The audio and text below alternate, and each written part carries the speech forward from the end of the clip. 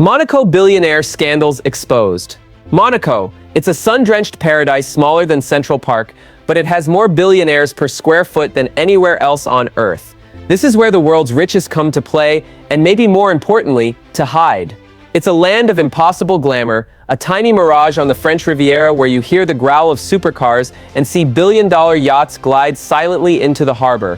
For over a century, Monaco has sold an image of quiet, serene exclusivity, a fortress of wealth protected by ironclad banking secrecy, and a royal family that gets the value of discretion. It's a tax-free haven where money doesn't just talk, it whispers. The Grimaldis family, rulers for more than 700 years, are the master architects of this gilded cage, offering the ultra-rich security and secrecy. But what if I told you that behind the velvet ropes and the champagne-soaked parties, a dark secret has been rotting away? What if that whole carefully built system was suddenly shattered? Not by some outside force, but by a series of explosions from within. A mysterious website just appears one day, publishing a trove of confidential documents that claim to expose the prince's own inner circle as corrupt. Leaks revealed that billionaires could allegedly buy justice, that the royal family's finances were a chaotic mess of off-the-books payments, and that the glamorous house of Grimaldi was desperately trying to keep a lid on it all. This isn't a thriller movie script. This is the real story of how Monaco's perfect facade of untouchable secrecy finally came crashing down, revealing a core of greed, betrayal, and corruption at the heart of the world's most exclusive playground. It all started with a leak. An anonymous website called Les Dossiers de Rocher, the Dossiers of the Rock, materialized online in 2021, and just like that, the quiet kingdom of Monaco was thrown into the loudest, most damaging scandal in its modern history. This wasn't just a rumor, it was a digital bombshell. It dropped a cascade of private emails, bank statements, and personal messages into the public domain, all targeting the most powerful men in the principality. These documents painted a damning picture, alleging that a clique of 4 men, the closest advisors to the sovereign, Prince Albert II, had been running a kind of shadow government, rigging the country's most valuable asset, its real estate market, for their own benefit. The revelations were so explosive that for the first time the world wasn't just gawking at Monaco's glamour, but at the ugly machine that keeps it all running. The Dossiers of the Rock was the first crack in the dam, and what came flooding through was a torrent of scandals that would spare no one, not even the prince himself. The gilded cage, a fortress built on secrecy. So to really get why this is such a huge deal, you have to understand what Monaco is actually selling. It's not a country in the way we usually think of one. It's a business model, and the main product is secrecy. For the mega wealthy, Monaco is the ultimate sanctuary. In a world that's pushing for more financial transparency, it's one of the last holdouts of fiscal privacy. Residents pay zero income tax, zero capital gains tax, and zero wealth tax. This policy, which dates all the way back to 1869, was designed to lure fortunes from across Europe, and it worked better than anyone could have imagined. Today, nearly 1 in 3 people living there is a millionaire, and the demand for a piece of this tax-free paradise has created the most expensive real estate on the planet. A simple apartment overlooking the harbor can set you back over $100 million.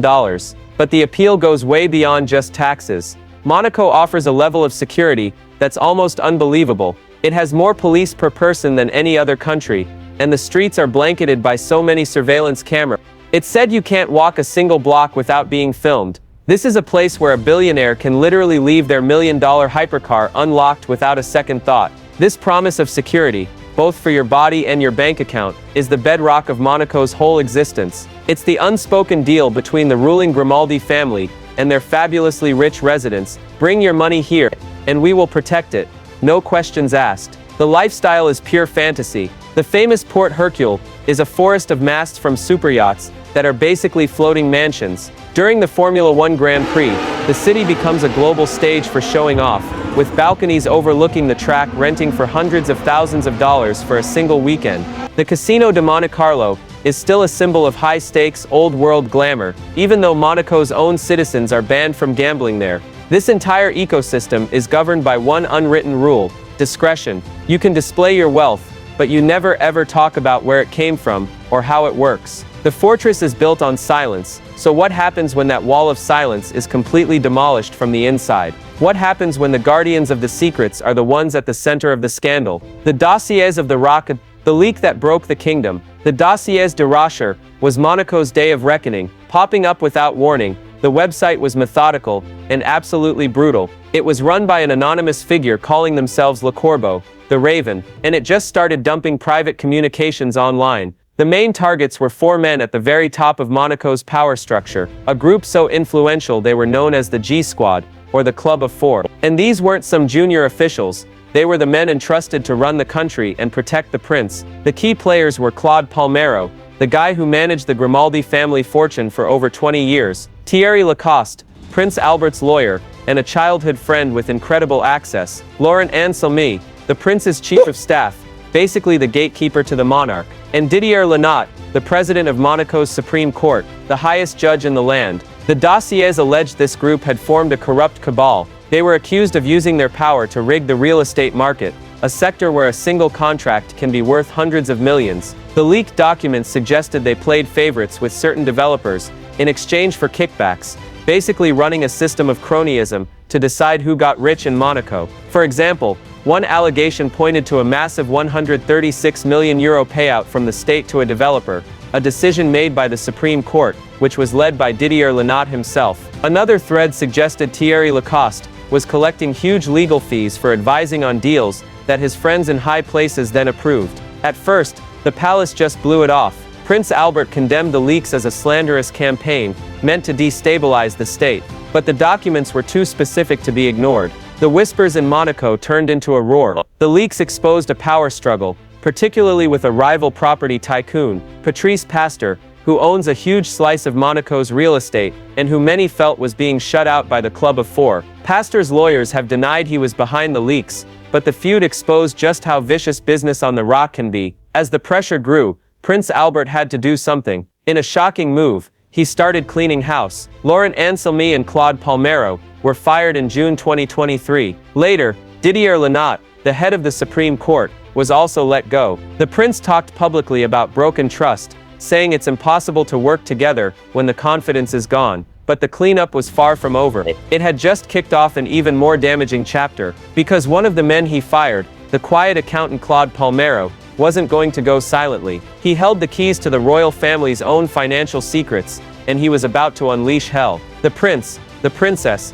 and the price of royalty. For over 2 decades, Claude Palmero was the Grimaldi family's bookkeeper. It was a job he inherited from his father, a position of absolute trust. He knew where every last euro came from, and where it went. After being fired, Palmero claimed he was just a scapegoat, and decided to get his revenge. He handed over 5 of his private, handwritten notebooks to the French newspaper, Le Monde. These black notebooks contained a meticulous decade-long record of the royal family's secret spending, and the claims were devastating. The notebooks painted a picture of a financial free-for-all. According to Palmero, it was a system filled with off-the-books payments and questionable expenses, all overseen by a prince who seemed unable to control his family's spending, or his own. One of the biggest bombshells was about Prince Albert's wife, Princess Charlene. Her official annual allowance was around $1.6 million, but according to Palmero's notes, she had spent over $16 million in just 8 years. The notebooks allege the money went to everything from redecorating her office